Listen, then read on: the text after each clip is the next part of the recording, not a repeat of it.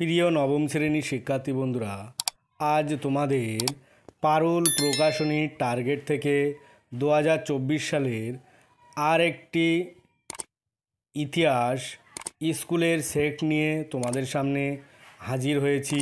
Second unit টেস্টের এই সেটটি করলে তোমরা আশা করছি প্রথম সেটের ছাড়া দ্বিতীয় সেটের প্রশ্নগুলো আরও বেশি ইম্পর্টেন্ট।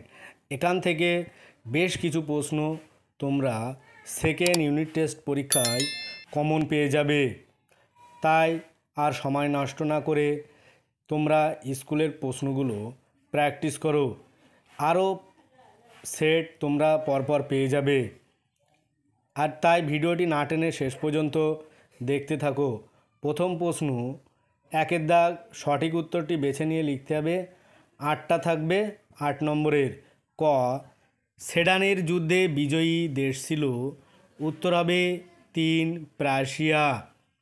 খ, ইউরোপীয় রক্ষণশীলতার জনক বলা হয়। উত্তর হবে 3 প্রিন্স মেটার্নিককে। গ, এদের মধ্যে যে রাষ্ট্রটি বিগ ফোরের সঙ্গে যুক্ত ছিল না। উত্তর হবে 1 ফ্রান্স। ঘ, পলিগন্যাক যে রাজার প্রধানমন্ত্রী ছিলেন তিনি ছিলেন। উত্তর হবে 2 দশম চার্লস। তারপরে দাগ, ভিয়েনা সম্মেলনে ফ্রান্সের প্রতিনিধিত্ব করেন। উত্তর হবে 3 ট্যালিরান্ড। চ, সমাজতন্ত্রবাদের বাইবেল হলো। উত্তর হবে 3 দাস ক্যাপিটাল। ছ, ইল দুচে হলেন। উত্তর 2 মুসোলিনি বুর্গিজ। ইয়ং ইতালি দল গঠিত হয়। উত্তর হবে 2 1832 খ্রিস্টাব্দে। তারপরে আসবো 2-এর দাগ, নিচের প্রশ্নগুলির নির্দেশ অনুসারে উত্তর দিতে হবে। 8টা থাকবে 8 নম্বরের। 2-এর 1 একটি বাক্যের উত্তর দাও। এখানে 4টে আছে 4 নম্বরের। ক, জুলাই বিপ্লবের পর কে ফ্রান্সের সিংহাসনে বসেন। উত্তর লুই ফিলিপ। তোমরা উত্তরগুলো দ্রুত খাতায় লিখে নাও আর এগুলোই প্র্যাকটিস করো।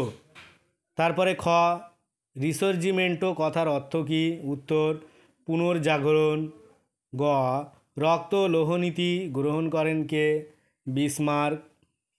তারপরে ঘ, কোন বিপ্লব ফ্রান্সের পূর্ব রাজতন্ত্রের পতন ঘটায়। উত্তর হবে জুলাই বিপ্লব। তারপরে আসবো 2-এর 2।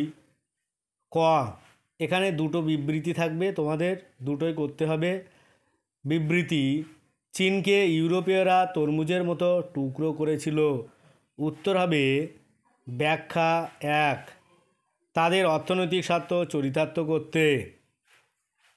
তারপরে আসবো খ, বিবৃতি, মেটার্নিক কার্লসবাদ ডিগ্রি জারি করেন।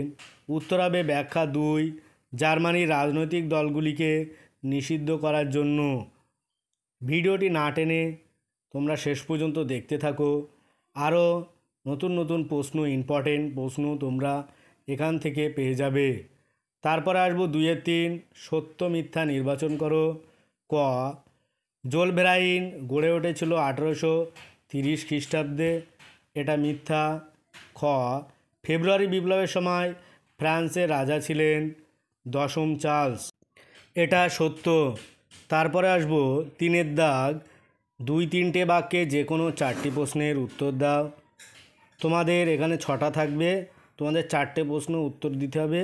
4 দিনও 8। ক, ভিয়েনা সম্মেলনের নেতৃবর্গের গ্রহণ করা 3টি নীতি কী কী। খ, ঘেটো কী। গ, ইউরোপে প্রথম বিশ্বযুদ্ধের আগে পরস্পর বিরোধী 2টি শক্তি জোটের নাম লেখো। ঘ, এপ্রিল থিসিস কী। ঙ, নয়া সাম্রাজ্যবাদ বলতে কী বোঝো। চ, ফ্যাক্টরি প্রথা কী। তারপরে আসবো 7-8টি বাক্যে যে কোনো 2টি প্রশ্নের উত্তর দাও। 4 নম্বরে 4 দিনও 8। তোমাদের 4টে থাকবে, 2টো লিখতে হবে। ক, ইংল্যান্ডে প্রথম শিল্প বিপ্লব কেন হয়েছিল, এটাও ভীষণ ইম্পর্টেন্ট। খ, ইতালির ঐক্য আন্দোলনে ম্যাথসিনির ভূমিকা লেখো, ভীষণ ইম্পর্টেন্ট। গ, হিটলারের নেতৃত্বে জার্মানিতে নাৎসি দলের উত্থান এর পটভূমি লেখো, ভীষণ ইম্পর্টেন্ট। ঘ, ভারত ব্রিটিশ সাম্রাজ্যের রত্ন আলোচনা করো। এখান থেকে যে প্রথম তিনটে আছে এই তিনটে প্রশ্ন তোমরা অবশ্যই করবে। এখান থেকে আশা করছি তোমরা দুটো প্রশ্ন পেয়ে যাবে। 5, তারপরে আসবো 5-এর দাগ, 15-16টি বাক্যে যে কোনো একটি প্রশ্নের উত্তর দাও। এখানে তিনটে থাকবে, 8 নম্বরে তোমাদের লিখতে হবে একটা। ক, বিসমার্কের নেতৃত্বে জার্মানির কীভাবে ঐক্যবদ্ধ হয়, এটা ভীষণ ইম্পর্টেন্ট আর পড়ার সম্ভাবনা 100%। খ, 1917 খ্রিস্টাব্দের রুশ বিপ্লবের কারণগুলি লেখো। গ, প্রথম বিশ্বযুদ্ধের কারণগুলি লেখো।